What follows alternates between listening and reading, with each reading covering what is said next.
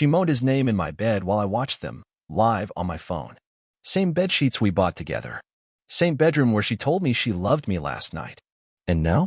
She was crawling on top of some tatted-up guy I'd never seen in my life. Laughing. Pouring wine. Telling him, "Don't worry, my husband thinks I'm at work." I didn't scream. I didn't throw my phone. I didn't rush home and catch her in the act. No. I hit record. Because this wasn't just cheating, this was theater. And I was going to give her an audience. You want to know how we got here? Let me show you. But first, let me tell you what I did with that video. Because trust me, you've never seen revenge served colder than this. I didn't sleep that night. I just stared at the ceiling, imagining her voice whispering in someone else's ear. I knew what I saw. It wasn't a misunderstanding. It wasn't an accident. It was planned. Rehearsed. She even brought wine. Melissa wasn't just unfaithful. She was proud of it. So while she slept beside me, pretending the world was normal, I planned. The next morning, she kissed me goodbye like always, said something about having a lunch meeting with her team. I nodded. Didn't even look up. Just muttered, "Have fun." She smiled like a fox in a henhouse and walked out the door in that tight gray skirt she knew drove me crazy. Except now, it made me sick. I waited 15 minutes. Then I called Eric again. "You still have that projector?" I asked. He laughed. "You're finally going through with it, huh?" "Yeah," I said. "And I want the whole setup, projector, big white screen, Bluetooth audio, the works. I want them to feel it." "When?" "This Sunday. Dinner with her family." There was silence on the line for a second. Then he said, "Damn. That's cold." "You haven't seen the video," I replied. I knew Melissa's family well. Her parents were the type to post family dinners on Facebook with long captions about love, loyalty, and God. Her sister, Rachel, thought Melissa was the gold standard of modern womanhood. The perfect marriage. The dream couple. We were always relationship goals on her Instagram stories. So I made sure to keep smiling that week. I let Melissa believe nothing was wrong. I even brought home flowers on Friday like I used to. She looked surprised, almost suspicious, but said nothing. She gave me a kiss that night and tried to drag me into bed. I couldn't do it. I told her I was tired. She rolled over without a word, didn't even bother to fake disappointment. That's when I knew her act was wearing thin even for herself. She wasn't even trying anymore. Sunday came fast. Melissa was buzzing around the kitchen, playing hostess like she was up for an Emmy. Her parents arrived at 6 sharp. Rachel and her boyfriend came 20 minutes later. Everyone was seated at the long oak table, passing mashed potatoes and clinking glasses. I was quiet. Calm. I waited until dessert. She was cutting the pie, smiling like a queen, when I said, "I got a little video I want to show you all. Special surprise." Melissa's smile froze. "Video?" "Yeah," I said, standing.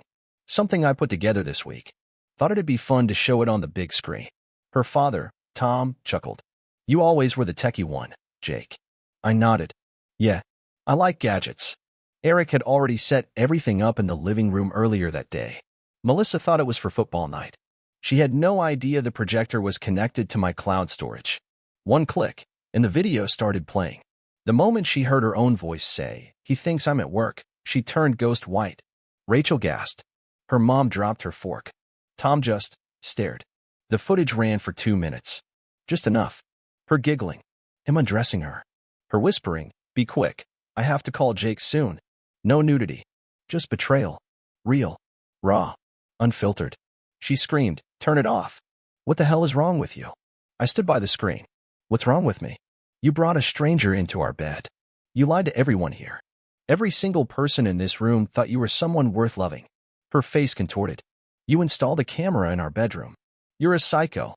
I did. Because something felt off. And guess what? I was right. She stormed toward me, shoved me in the chest.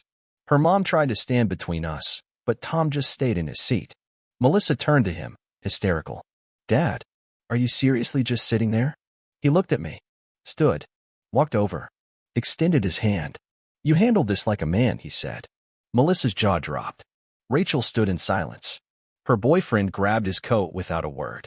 Melissa ran upstairs, slamming the door so hard the picture frames rattled.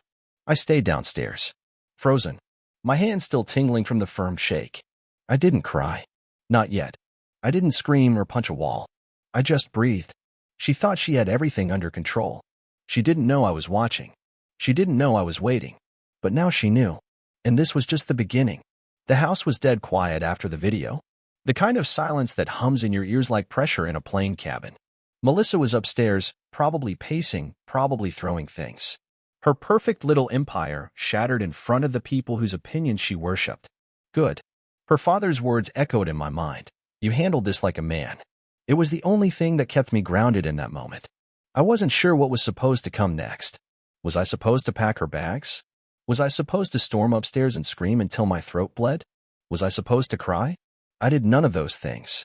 Instead, I picked up the plates, one by one, cleared the table while her mother sat stunned, and Rachel blinked like someone who just realized her role model was built on lies. You knew, her mom finally whispered. I looked at her. I suspected. I had to be sure. She lowered her gaze, her lips trembling. I don't understand. Why would she? I didn't finish the sentence for her. Because I didn't know. And honestly, I didn't care anymore. I cleaned up the pie she never served. I stacked the dishes. I ran the faucet. Mechanical. Numb. That's what heartbreak does. It slows time, turns everything into a dull, hollow routine. Eric texted me just then. Eric, everything okay? I typed back. She ran. Her dad stayed. Shook my hand. Eric, damn. Eric, you want me to come over? No. I replied. Let me handle this. I was ready. She wasn't. At 10:47 p.m., Melissa finally came down. Her makeup was gone, her eyes red, hair a mess. She looked like someone who'd been screaming into a pillow for hours. She didn't say a word, just hovered near the stairs like a ghost afraid of entering the room she used to rule. I sat on the couch. You done hiding? I asked, not even looking at her. She didn't answer. You embarrassed? Good. That means you're still human somewhere under all that bullshit asterisk T. She took a shaky breath. Can we talk? Now you want to talk? Jake, please. You ambushed me in front of my whole family. I snapped. No. You don't get to spin this like I'm the villain. You don't get to beg for a conversation now that the masks are off. You weren't going to tell me anything, Melissa. You were going to keep sneaking around, playing the doting wife while getting railed by some gym freak on my damn mattress. She flinched. Say his name, I said. She blinked. What? Say. His name. She shook her head. You don't even know his last name, do you? Jake, it wasn't serious. I stood up, laughing bitterly. Oh, that makes it better. What was it then? A joke? A hobby? A new diet plan where you burn calories with some other dude? Tears welled up in her eyes. I messed up, okay? I messed up. No, Melissa. You chose this. Over and over again. Every lie, every cover story, every late shift, you chose him. Don't call it a mistake. A mistake is burning toast. You burned a marriage. She sat down on the edge of the coffee table, holding her head in her hands. I didn't mean for it to get out of control. I stared at her. This woman I had loved. This woman who had shared my bed, my house, my name. You're not sorry for what you did, I said coldly. You're sorry you got caught. She didn't argue. Because it was true. I walked toward the hallway closet and pulled out the suitcase I'd packed earlier that day. Not for me, for her. I placed it in front of her. You've got two choices. You can take this bag and leave tonight, or I'll call your dad to come get you. But you're not sleeping here again. Not under my roof. Her jaw dropped. You're kicking me out? Just like that. Just like that. But this is my home too. No. It was your home. You turned it into a hotel room. And I don't share my bed with liars. She didn't move for a long time. Just stared at the suitcase like it might explode. Eventually, she stood. Where am I supposed to go? Go to work, I said with venom. Isn't that where you always are? She glared at me like she wanted to slap me. I wish she had. At least then I could have felt something. But instead, she grabbed the handle and walked toward the door. And just before stepping out, she turned around. You really think you're innocent in all this? You think you've been perfect? I smiled. No. But I never had someone else and called it a meeting. She left without another word. The door clicked shut. And just like that, the silence returned. But this time, it felt clean. Next came the rage. The what-ifs. The wondering how many nights, how many lies, how many versions of the truth she rehearsed in my mirror while I slept 2 rooms away. I wasn't healed. Not even close. But I wasn't broken anymore either. I should have gone to sleep that night. But instead, I sat at the kitchen table, staring at the spot where Melissa's wine glass used to sit during our Sunday dinners. She always took the one with the little chip at the base. said it had character. Now all I could think about was whether he drank from it too. The house still smelled like her perfume. Vanilla mixed with something floral. Sweet, fake, just like her. I didn't cry. I didn't scream. I didn't punch a wall like some broken high schooler. I just sat there with this pulsing pressure in my chest, like something inside me was being squeezed tighter and tighter, but wouldn't burst. And then I saw it. Her phone. She must have left it in the rush. I stared at it like it was radioactive. Locked, of course.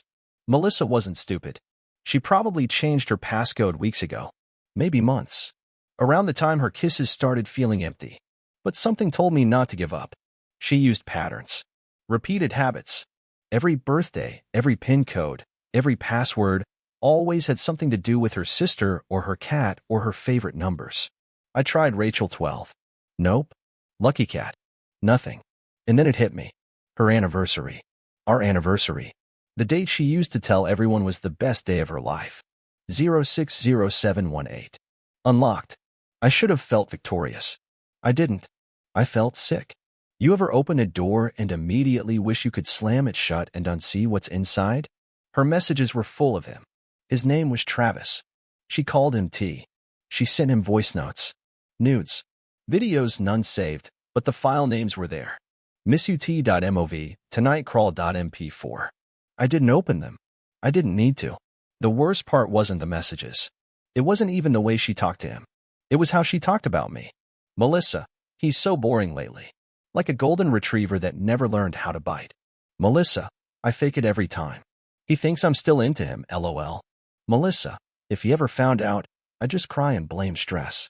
He's soft like that. That last one broke me. She didn't just betray me. She mocked me. She practiced her lies. She gamed me like a damn fool. And I loved her. God, I loved her. I should have deleted everything. But I couldn't. I took screenshots. Forwarded them to my email. Labeled the folder, closure. There was one message that stuck with me more than any. Travis, he'll leave you when he finds out. Melissa, then we'll finally be free. Free. Like I was a cage. Like being loved, protected, and cared for was some kind of prison. Like I was the problem. I looked around the house. Everything in that space, I built it for her. Custom kitchen island. Soft closed drawers. The mural in the hallway with her favorite quote. The hardwood floors she made me rest on because they were too orange. And all of it. For what? So she could play house while sneaking around like some giggling teenager with a burner phone and a backup plan? I copied every message. Every voice note. Every lie. I even found one from 3 weeks ago where she said she almost got caught. She wrote, Melissa, he looked at me weird last night. I think he suspects. I'm gonna cry a little tonight just to reset his brain. I wanted to scream. I wanted to go to wherever she was staying and throw the phone in her face. But I didn't. Instead, I wiped her phone clean. Factory reset. No backup. Then I tossed it into the trash with yesterday's leftovers. Let Travis call her now. Let him wonder why she ghosted. Let her feel what I felt. She took my trust and spit on it. Laughed at it. Used it like a shield while she played double life Barbie. Not anymore. I wasn't going to be the guy who drowned in his own heartbreak. I was going to rise from it. By morning, I had already called a lawyer. I wanted out. Clean. Legal. Permanent. She didn't deserve a slow goodbye. She deserved a silent one. I didn't expect to hear from her again, not that quickly. But Melissa was never the type to stay quiet for long. It was 2 days after I served her the divorce papers. I had them delivered to her sister Rachel's place, where she'd apparently been staying since I kicked her out. I didn't want to see her face. I didn't want to hear her voice. I just wanted closure, sharp and fast, like ripping off a bandage soaked in poison. That afternoon, I got the knock on the door. I opened it, already annoyed, already ready to slam it shut. But it wasn't her. It was Rachel. She looked uncomfortable, like she had stepped into a room full of gas and was about to strike a match.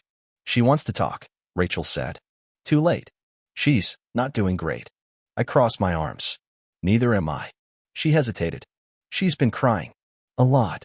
Says she made a huge mistake. I scoffed. She didn't make a mistake. She made a choice. Over and over again. For months. I know, Rachel whispered. And I'm not defending her. I thought maybe if you saw how wrecked she is. Let me stop you right there, I said. You saw the video. You heard the audio. You saw how she planned it. Laughed about it. Mocked me. She's not crying because she lost me. She's crying because she lost control. Rachel went quiet. I knew she agreed with me. Then came the second knock. I didn't need to guess who it was. Melissa stepped into view like a ghost dragging chains. No makeup. Puffy eyes. A hoodie that probably belonged to Rachel's boyfriend. Not her usual polished self. "Jake," she said. I didn't answer. Just stared. "I know I don't deserve to be here," she started, her voice shaking. "But I needed to see you." "You've seen enough of me," I said coldly. Usually from the rearview mirror while sneaking around. She flinched like I'd slapped her. "Can we talk?" "Just let me explain." I stepped outside and shut the door behind me. "You get 5 minutes," I said. "And don't waste it telling me what I already know." She nodded, eyes glossy. "I was stupid," she whispered. "I didn't feel seen. I didn't feel appreciated. And instead of talking to you, like a grown woman, I chased attention from someone who didn't give a damn about me. I was selfish. I was cruel. And I ruined everything." I stared at her, stone-faced. She kept going. "I miss you. I miss us. I would give anything to go back and undo what I did. I don't even talk to him anymore. It was never real. It was never love. It was just escape." "You wanted escape?" I snapped. "From what? A loyal husband? A house you didn't pay for? A life you built on my back? You wanted a damn vacation, not an escape." Tears streamed down her face. I know I don't deserve forgiveness. But I'm begging you. Please don't make this the end of us. It already is." She sobbed. Loud, messy, real. But it didn't hit me the way it used to. I had cried enough for both of us. "You know what hurts the most?" I said, stepping closer. "You didn't just cheat. You enjoyed it. You bragged about it. You made me into some pathetic character in your little drama. And now you want me to pretend it was just a rough patch." She shook her head, desperate. I wasn't thinking straight. "No," I interrupted. "You were thinking exactly straight. You just didn't think I'd ever find out." Then I pulled out my phone, opened my email, and tapped the folder labeled closure. I scrolled to one of the screenshots, the one where she texted Travis, "If he finds out, I'll cry and play the victim. He always falls for it." I held it up. She gasped. Her face went white. "Is that what you're doing now?" I asked. "Running the same script?" "No. Jake, please, I didn't mean." "I don't care what you meant. I care what you did." And with that, I turned around and walked back inside. I didn't slam the door. I didn't look back. I just closed it. Because finally, for the first time in months, I was the one who walked away. And it felt damn good. Days passed, but the silence lingered in the house like a thick fog, choking any remnants of the life Melissa and I had built. The house felt too big now, empty in ways I hadn't noticed before. Every room echoed with memories of her. The scent of her perfume still clung to the couch. The picture frames on the walls seemed to stare back at me with her frozen smile, reminding me of all the lies that had come before. I didn't talk to Rachel after that. I didn't talk to anyone. I went to work, kept my head down, and threw myself into projects. The routine was the only thing that felt normal now, like the one part of my life I could still control. I stopped checking the news, stopped scrolling through social media. I didn't care what they all said about the perfect couple. The lies had been enough to last a lifetime. But it wasn't just the house that was silent. It was the city, too. Every night I came home, and there she was, waiting for me in the back of my mind, taunting me. I could hear her laugh, her voice. And in the quiet, it was harder to ignore the truth that I was now living in a nightmare I had never asked for. And then came the phone call. It was Thursday, and I was half distracted by paperwork when my phone buzzed. The number was familiar, but I hadn't seen it in days. Melissa. For a moment, I just stared at the screen. Her name still felt like an anchor wrapped around my throat. But this time, something had changed. I wasn't the same man I was when I answered her calls before. I was stronger, and I didn't care about her excuses anymore. I answered, not bothering to hide the frustration in my voice. "What do you want?" Her voice came through, shaky and quiet. "Jake, please." I rubbed my eyes, trying to block out the anger building inside me. "Please what, Melissa? I need to see you." I snorted in disbelief. "Now you want to talk?" "I'm not asking for forgiveness. I'm not asking for you to take me back." She paused, the words hanging heavy in the air. "I just need you to listen."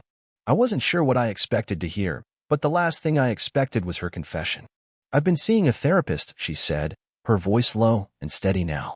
"I know I messed up. I know I was a coward. But I'm trying to change. I don't want to be the person I was." "You think a therapist is going to make up for what you did?" I shot back. No, she replied. But maybe it'll stop me from making the same mistakes again. I almost laughed. You've had enough chances, Melissa. Every time you messed up, you promised it wouldn't happen again. And what happened? You did it again. I didn't know what else to do, she said softly. You were perfect, too perfect. And I couldn't handle it. I wanted more. I thought I wanted something else. I slammed my hand down on the table. And what did you get? A broken marriage. A man who trusted you, only to have you tear it apart for a cheap thrill. That's what you wanted. There was a long silence on the other end of the line.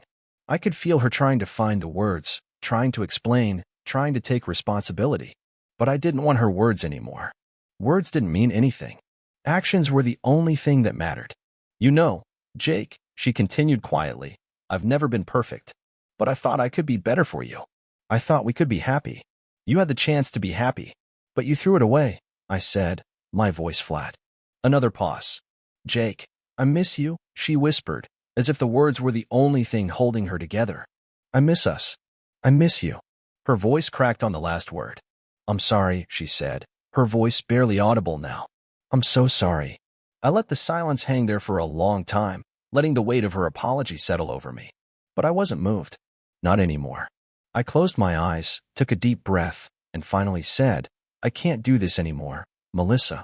She gasped, as if I had just shattered everything she had left. But I had nothing left to give. This is over. You want to move on? Fine. But not with me. I ended the call before she could say anything else. That was it. No more excuses. No more hoping for a change that would never come. No more second chances. I had already made my decision. Now, it was time to live with it. It's a strange thing. When someone shatters your world, you don't just lose them. You lose yourself, too. After the call with Melissa, I didn't feel relief. I felt hollow, like I'd finally put down a heavy weight, only to realize I had no idea who I was without it. For years, I'd built my identity around her. Around us. I was Jake, the husband, the provider, the fixer, the guy who always came home, who stayed loyal, who believed love meant sacrifice. Now, I was just Jake. Alone. I didn't tell anyone what happened right away. Not my friends, not my parents. Most of them had already heard whispers, of course. Rachel probably told her side of the story, and maybe Melissa spun her version too. But I didn't care. I wasn't trying to win sympathy points. I just needed to breathe. So I took a week off work. First time in years. Packed a bag, got in my truck, and drove. No destination. No plan. Just the road and silence. And for the first time, the silence didn't feel suffocating. It felt honest. I ended up in a small town about 3 hours north. A place we once visited on our second anniversary. Funny, isn't it? I thought it would bring pain, memories. But instead, it gave me something else. Perspective. I walked into the same coffee shop where she used to take photos of her lattes for Instagram. Same chip table. Same barista with the tattoo sleeve. But this time, I sat alone. And it didn't feel like a loss. It felt like a restart. That night, in the cheap little motel room with flickering lights and a stained carpet, I looked in the mirror and really stared at myself. Not just at the dark circles or the tired eyes. I looked deeper. I saw a man who had been lied to, humiliated, dragged through the dirt. But I also saw a man who didn't break. I survived. That meant something. And in that moment, I realized something else. Melissa had never broken me. She'd only peeled back layers I had been too scared to face. She forced me to confront my worth. And as painful as it was, I was starting to feel something I hadn't in months, strength. The next morning, I deleted the folder labeled closure. Every screenshot, every voice memo, every photo. Gone. I didn't need proof anymore. I didn't need reminders of who she was. I already knew who I was now. When I came home 3 days later, I didn't feel the dread I expected. The house still echoed with silence, sure, but now it felt like a canvas, not a tomb. A place to start over. I boxed up the photos, packed her clothes into bags, and left them by the door. Her lawyer would send someone to get them. That night, I cooked myself dinner. Steak, potatoes, and a whiskey on ice. Nothing fancy, but it tasted like victory. I wasn't healed. Not yet. But I was healing. And then, just when I thought the storm had passed, she showed up. It was raining classic movie timing, right? Melissa, soaked to the bone, stood on my porch with mascara running down her face like a sad watercolor painting. She looked like a ghost, like someone who had finally realized her chapter had been closed. I opened the door. Didn't say a word. She held something in her hand, a letter. Folded, soaked through. I wrote it, she said softly, because I knew you wouldn't let me talk. I took the paper, but I didn't open it. I'm not here to beg, she continued. I just needed to give it to you. Whether you read it or not, that's up to you. She looked so small in that moment. Not the defiant, smug woman from the camera footage. Not the manipulator. Just a broken person staring at the ruins of what she destroyed. I hope you find someone who gives you everything I couldn't, she whispered. And I hope you never have to feel like this again. I nodded. Not cold. Not angry. Just done. She turned and walked away. I never opened the letter. I didn't need to. After the rain stopped, I sat on the porch for a while, staring at that soaked letter in my hand. The edges had curled. The ink had started to bleed. I could barely make out the handwriting anymore. And honestly, that felt right. Her words had already lost their meaning long ago. I tossed the letter into the fireplace that night, watched it curl into ash. It didn't deserve to live in a drawer or sit in some memory box like it mattered. That letter wasn't closure, it was her last desperate attempt to soften the consequences of what she'd done. But the truth was, she didn't deserve to explain herself anymore. She had months to be honest. She used every second of it to lie. Burning it didn't make me feel better. It didn't bring some magical release. But it did make it final. In the weeks that followed, I got back to work. I focused on my body, hit the gym, cleaned up my meals, started sleeping more. The same hands that built a home for a liar now built something new. For me, I took a job restoring a house on the edge of town. It was run down, overgrown, water damaged. Just like me. But I fixed it. Room by room, I brought it back to life. It felt symbolic. I didn't go out much. I didn't drink to forget or chase women to prove I still had it. That wasn't me. I needed to rebuild the man inside before inviting anyone else into my world. But I did meet people. Real ones. Not couples pretending everything's perfect. Just folks living, struggling, moving forward. It reminded me that betrayal wasn't the end of the world. Just the end of one world. A better one could be built, brick by brick. Melissa never reached out again. I think she finally understood that some lines, once crossed, don't lead to forgiveness. They lead to exile. And maybe that's what she needed too. To sit in her own wreckage and ask herself why she lit the match. One night, months later, I ran into Rachel at the store. She looked relieved to see me. Told me Melissa moved out of state. Said she was trying to start over. I nodded. Then Rachel said something I didn't expect. She still talks about you. Says losing you was the only time in her life she felt consequences. I didn't say much. Just nodded again and walked out. That night, I sat by the fire, same one that had swallowed her letter, and thought about what I'd learned. Cheating doesn't just hurt. It humiliates. It makes you question your worth, your judgment, even your sanity. You replay every conversation, every smile, every "I love you," trying to see the moment the lie began. But here's the truth I wish someone had told me sooner. It's not your fault. You can love someone with your whole heart, and they can still choose to destroy you. That doesn't mean you were too soft. It doesn't mean you weren't enough. It means they were never capable of real love to begin with. They just liked what you gave them. Melissa didn't cheat because I lacked something. She cheated because she lacked character. She wanted the attention without the commitment, the thrill without the cost. And when reality caught up, she tried to spin the story one more time. But this time, I wrote the ending. So what now? Now, I live. Not bitter. Not broken. Wiser. I laugh more. I sleep better. I trust slowly, but I don't stop trusting. I believe in love, but I believe more in respect. I know my worth. I don't let anyone discount it again. If you're reading this because you're going through something similar, let me leave you with this. You don't have to burn your whole world down to heal. You just have to stop watering dead plants. Walk away. Rebuild. Don't wait for the apology you think you deserve. Sometimes, the best closure is silence. And sometimes, the best revenge is moving on.